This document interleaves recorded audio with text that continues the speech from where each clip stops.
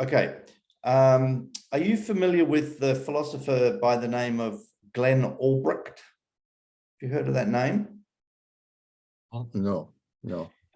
He wrote a book called, he's an Australian guy, and he's the fellow that put the name solastalgia. You familiar with solastalgia? So solastalgia is this name, a word that describes it's solace and nostalgia put together.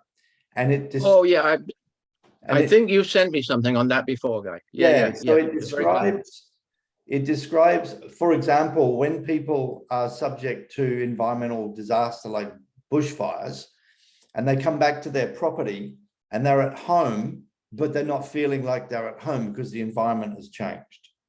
So this is the term that he's used.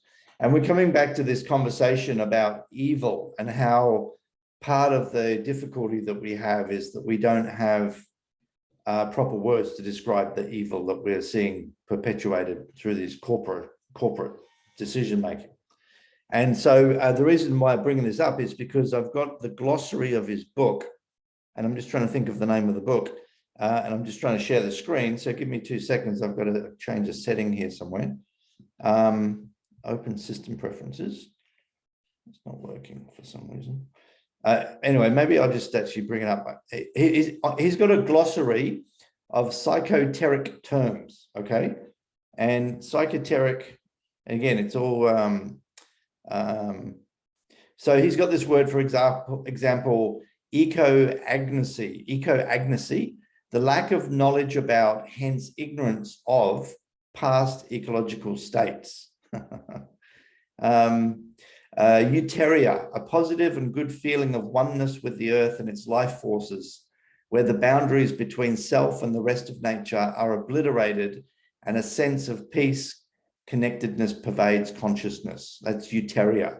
So he's actually got, this guy's actually given us the dictionary that we need to be able to properly have conversations about this sort of deeper stuff between humans and the rest of nature. And I'm just having a quick scan because I think there's stuff in here about evil stuff.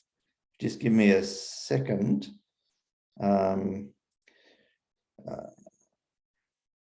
He's got this word symbiocracy, a form of government where humans govern for the symbiotic, mutually beneficial or benign relationships in a socio-biological system at all scales. Symbiocracy is a rule for the earth, by the earth, so that we might all live together. Anyway, I'm going to have to come back to this. You know, I mean, I'm reminded that E.O. Wilson, you know, who's still alive, I believe. You know, he was the renowned ecology, biodiversity, you know, in America, maybe in the world. Yeah. But he coined the term, and he wrote about it very beautifully. He coined this term biophilia. Biophilia, yes. Because he said that he thought that our particular civilization and culture has a biophobia, right? Right. In actual fact, not only do we not feel at one with nature or part of nature, we actually have a deep distrust of nature. So I thought his coining the term biophilia was really, really good. I mean, I agree with you about language, because language decides on our thinking and, you know, our consciousness. I don't think the English language is that good when it comes to that. But we have lost, as I say, we have lost the idea of Mother Nature, for heaven's sake. So if you don't believe, and by and large we don't, right? If you don't believe that the earth is a living being, right?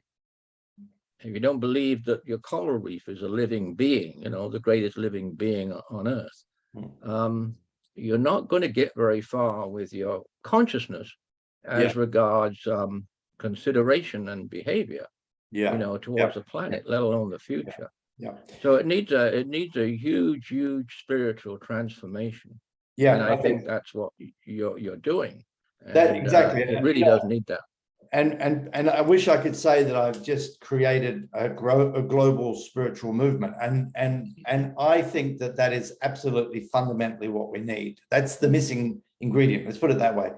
Also, given the dire straits that we're in, we need to try any tool. It needs to be properly tested. And so really, I have a hypothesis that says that if we can appeal to people spiritually and connect them spiritually to nature, that will fundamentally shift their behavior. And that could be the deciding factor on the changing the trajectory away from the abyss. So it's a hypothesis that needs to be tested. So that's really what I'm sort of putting out there. With respect to Vita, I don't know, I don't know I don't know whether it's possible. I know it is possible, Peter, that people go through spiritual transformations all the time, not individually all the time, but people come back from war, they're different. People come back from cancer scare. These are the moments where people shift the deepest seated beliefs, and it changes their behavior. So I know that. When I was 17, I was recruited by these crazy born-again Christians for about 10 months. I ran with them and did what they did.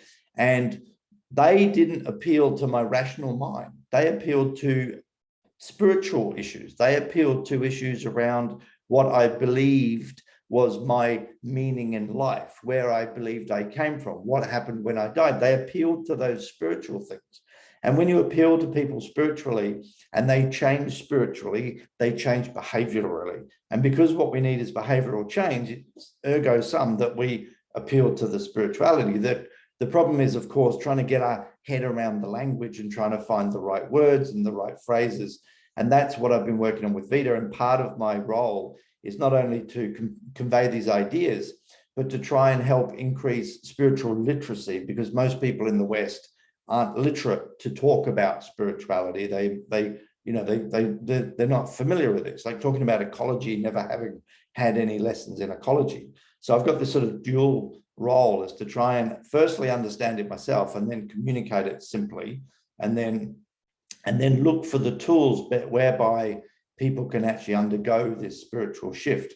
And the term that I use is ecophany, which is an ecological epiphany, because most environmentalists that I meet, if you actually drill down and ask them when they started caring for the planet and acting accordingly, they can generally point to a specific moment in time or a period in time.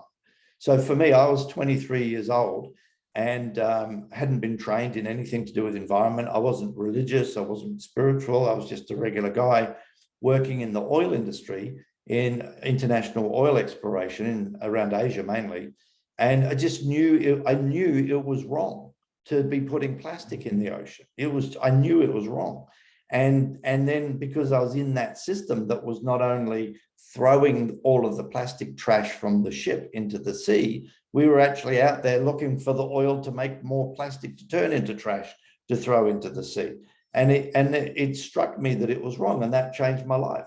And from that, I went on to do environmental science in order to get my knowledge up and that, so I know that people can change, and I'm sure that even these oil executives can change. The question is, what is the environment that they need to be in to foster that change, which again is a separate question. That comes down to what we call the awakening programs, is specific programs that people can go into to foster ecophany. And so again, this is the stuff that I've been working on, hamstrung by resources. So everything I've done with Vita is basically done on a smell of an oily rag. We've sort of made some half-hearted approaches towards high net worth people to try and get properly funded. And continuing to do that, but part of the approach is to really try and up the production quality, hence the branding and the backgrounds and the literature and the jewelry pieces, trying to show that we're actually already well underway with this movement, if you like, and that then hopefully somebody can come and bankroll us. I just want to come back to Glenn Albrecht for a moment, because I found the words that I was looking for. So here we are, stuck for a word to describe this unconscionable evil, which I think is the term you used. Glenn Albrecht refers to terra phora. Pteropthora is an earth destroyer, and terracide or tierracide is earth murder, the deliberate desolation of the earth such that it can no longer support life and life support processes. So the Pteropthora. That's interesting, Guy, because I've been searching for that word for quite a long time. Yes, I know. And you and I have talked about this a few times before. Yeah.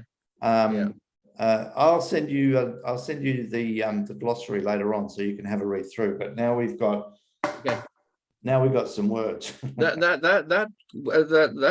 a good term. That's well coined. Yeah. Because I mean, there's history behind that word, so it's good. Yeah, yeah. I want to talk a little bit more some science, Peter. This idea of the lag. This idea. So actually, I want to talk about the lag and the aerosol masking effect because they've got some commonalities in a way.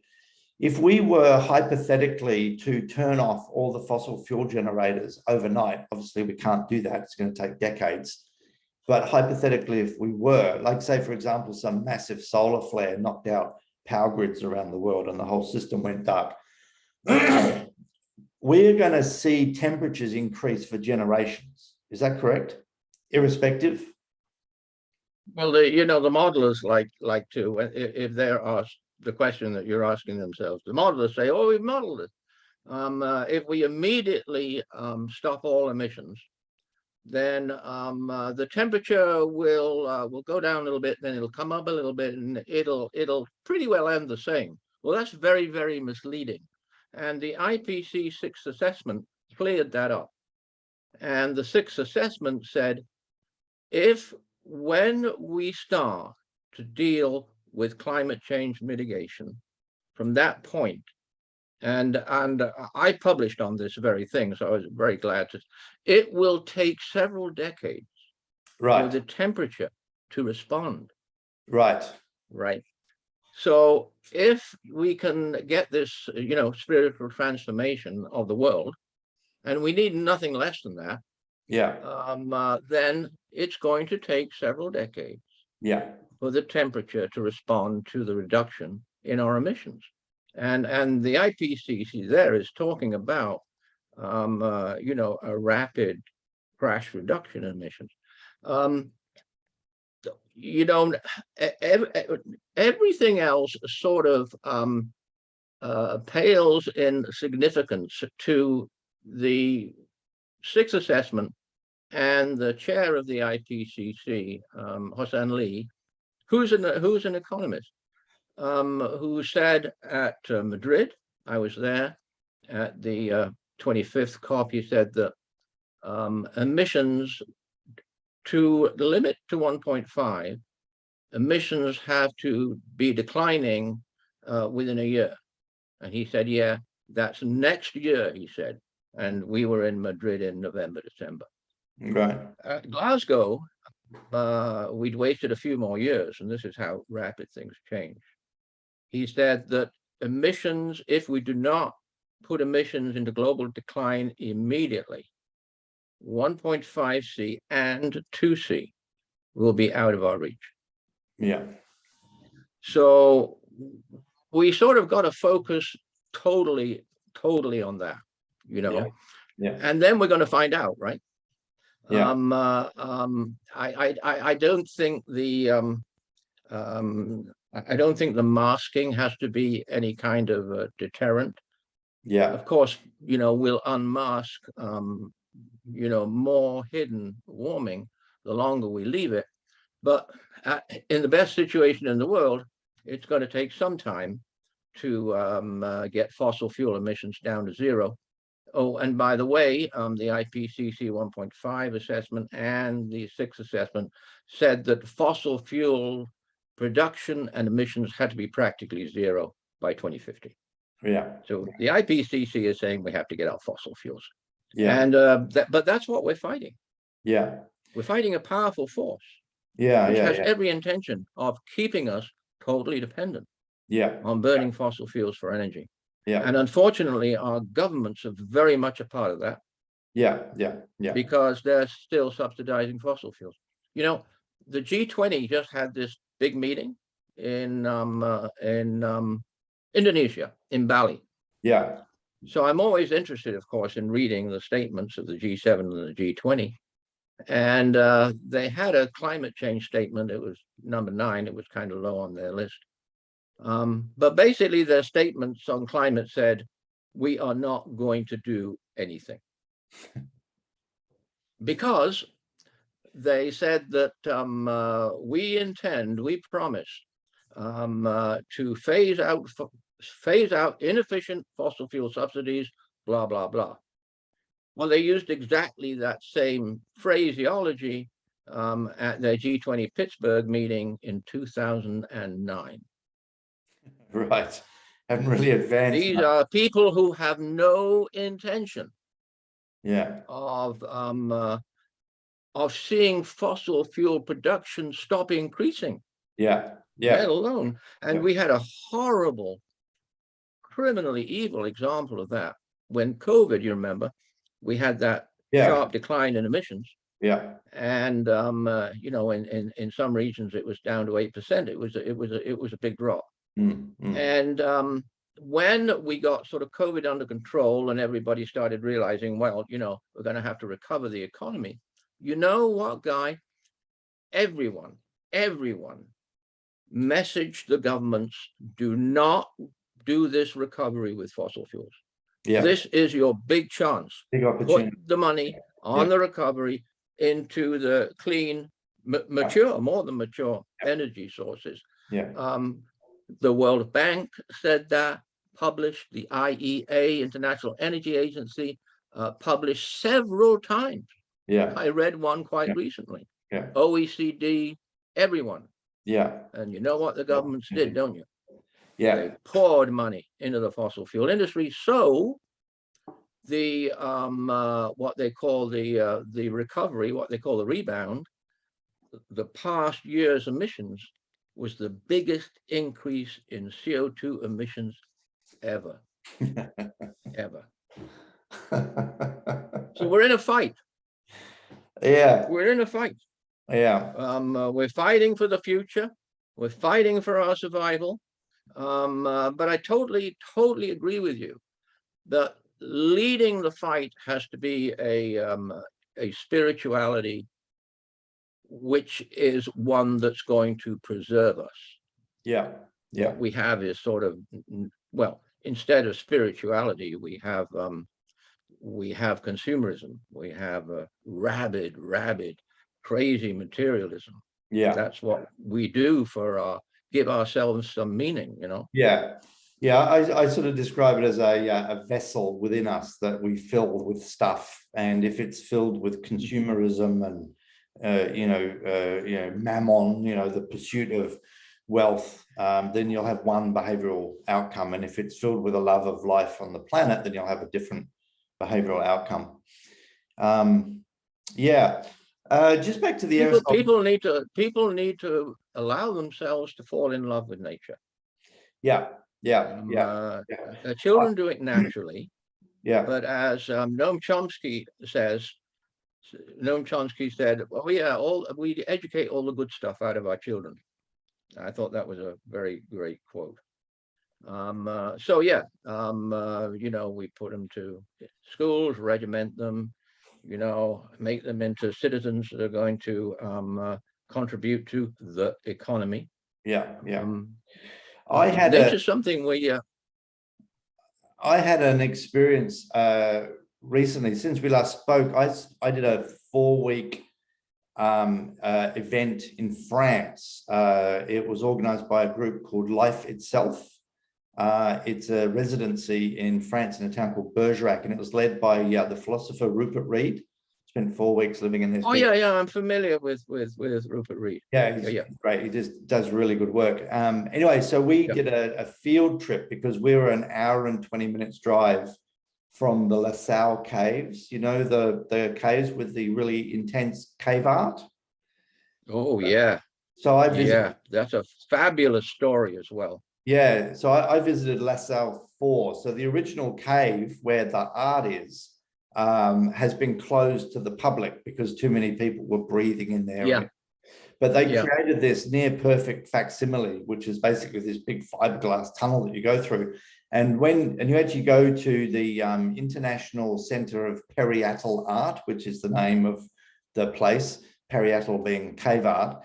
And it's this modern concrete building, architect design, and you go up in this big glass elevator and you start at the roof for this tour, and you actually enter this facsimile cave via the roof section. And 1 minute you're outside and you're freezing your balls off because it's France and it's, you know, cold. And the next minute, within seconds, you basically step back in time 20,000 years. And it was so overwhelming for me. I was crying. I was standing there looking at this artwork, you know, in this facsimile cave. And it's, you know, the temperature and the humidity and the lighting and the actual, the cave was scanned with the lasers down to 0.1 of a millimeter. I mean, this thing is just as close as you know, scientifically possible to replicate the situation. And it's really long. It's like 2 80-meter long columns. And it's sort of, you know, it's only like 2 meters high and 3 meters wide. It's relatively small. So it's really kind of compacted and just an overwhelming experience. And later on, I was trying to figure out why I was so, you know, I was standing there crying.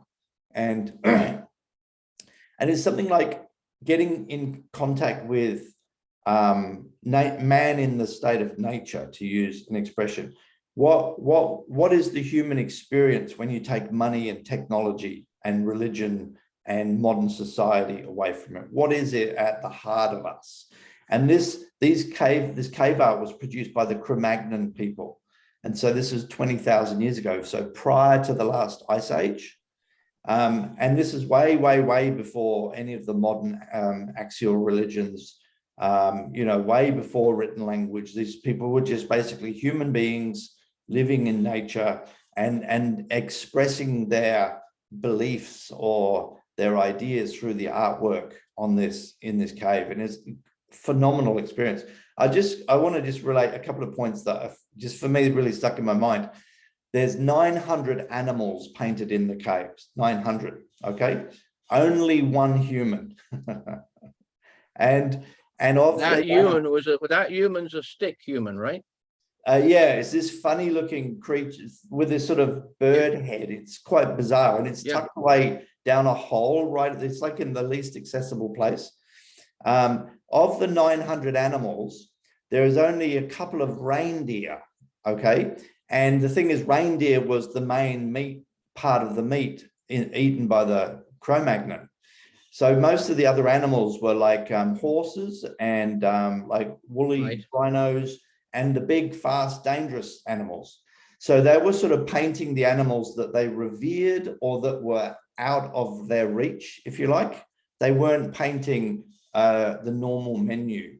Now, what I found really interesting as well is that the excavations of their fire pits where they would cook revealed that they occasionally did eat these other animals. So they weren't above eating the creatures that they revered. Anyway, it was sort of getting back into that nature. And I can understand why people fear nature, because it would have been pretty hard to survive in those conditions. And I can really understand how, now that we have like modern Western societies and we live in houses and we've got police forces and we put the murderers away, although we leave the sociopaths in power, I can understand how people would be afraid of nature. So I sort of empathize with them because it's dangerous, you know. And my understanding of human evolution is that we've gone through a couple of bottlenecks, evolutionary bottlenecks, where the human populations came down to a few tens of thousands of people, nearly disappeared because of nature. So you can see, and so for me, that is part of this sort of spiritual aspect of this, is this fascination and this reverence and this fear, if you like, of nature is all kind of part of why we, you know, why I personally revere it, is because it's dangerous, you know. Anyway. No, reverence is exactly the term. Yeah. In my lifetime, I've seen all the established, you know, big religions agree with the indigenous people over tens and tens and thousands of years, namely that Earth is sacred. Yeah. I mean, I've seen that happen. I've seen that had their meetings and have their papers, and that's great. But you have to know Earth is sacred. You have to know it. Yeah. And it's interesting that you picked up on the fear. That the term sacred, as I understand it, does involve a sense of fear as well as awe. Right. Yeah. Yeah. We're lucky. I've been lucky in Canada because as a practicing physician, coming from England, I got to know some what I call First Nations people, some Indigenous Canadian people. And I got to say now, when I look back on my life, everything that is most important that I've learned from those First Nations people. Right. I got to know them quite well. I'd buy their art, their carvings. Their art is absolutely wonderful.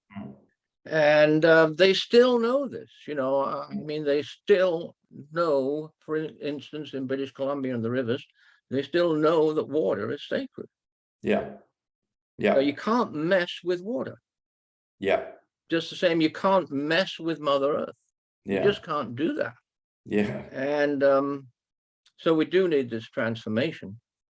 And I was reminded when you were describing the mission, which is a great mission, that even the IPCC in their 2018 1.5C assessment said, we need a transformation, a change at every single level of our society. Yeah. So when I read that, I thought, wow, you got it. Yeah. Yeah. Everything about us has to change. Yeah. Everything. That's exactly right. All the institutions. Certainly our economics, certainly our idea of religion. Yeah. Certainly our philosophy. We have to have some philosophy, for example. Yeah. Yeah. You mentioned a philosopher. Yeah. Very, very important. Yeah. To have a philosophy in your life and as you're growing up in your education, so that you have a meaning and a deep meaning and understanding about what life is all about. Yeah. Yeah. Yeah. Yeah.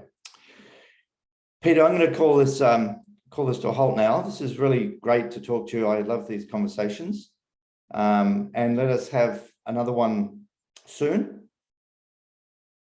No, I heard that you were you were going to make a film or something.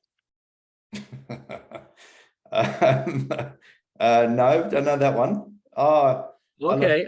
All right. Ideas, man. Maybe I was just hoping that then. No, I don't have the means to make a film. I have got a film that I want to make though, but it's going to cost about $30 million. I used to date a film producer years ago, and I wrote a screenplay for a story that I later adapted into a novella called Yongala. And it's a story of a ship that sank in Eastern Australia in 1911. It went down with 120 people on board in a cyclone. They found it 40 years later, close to Townsville. It's one of the best wreck dives in the world, or it was before it got smashed by another cyclone and the substructure destroyed. But anyway, what I did was I wrote a historical fiction story about a professor who developed a renewable energy machine called the Portland Smoke Engine. And he was taking this machine to the Townsville Fair. They were going to run it on bagasse, which is the byproduct of the cane industry. And he was traveling with his young niece, Felicity. And the coal board sent a mercenary on board to murder the professor and destroy the machine. But in so doing, developed an innocent friendship with the 12-year-old niece. And it was the story about this awakening, if you like, of the murderer, the mercenary, as the ship goes into the cyclone and eventually, of course, sinks. Anyway, so that if I was going to make a movie, that would be the movie that I'd be pursuing. So I don't know. So I got to say, I think I mentioned it on an email. We've had some heart-to-heart, head-to-head communications for a while now, and every iteration of your mission that I've read, they get better. Yes. The last one was absolutely brilliant. I just loved it, guy. Yeah, great, fantastic. That's great. Good testimony. Thank you. Okay, Peter. Let's have another conversation shortly, and in the meantime, Good luck. I'll talk to you soon. Bless you, and thank you for the background. Oh my God, it's impressive. Yeah, just get better lighting, okay? And if you've got a background where there is like a single monochromatic color, you're going to find that the quality just comes, it's just going to pop. Okay. Brilliant. Thank you. All right. Thank you very much. Mate. Okay. Bye-bye. Take care. Bless Bye-bye. you.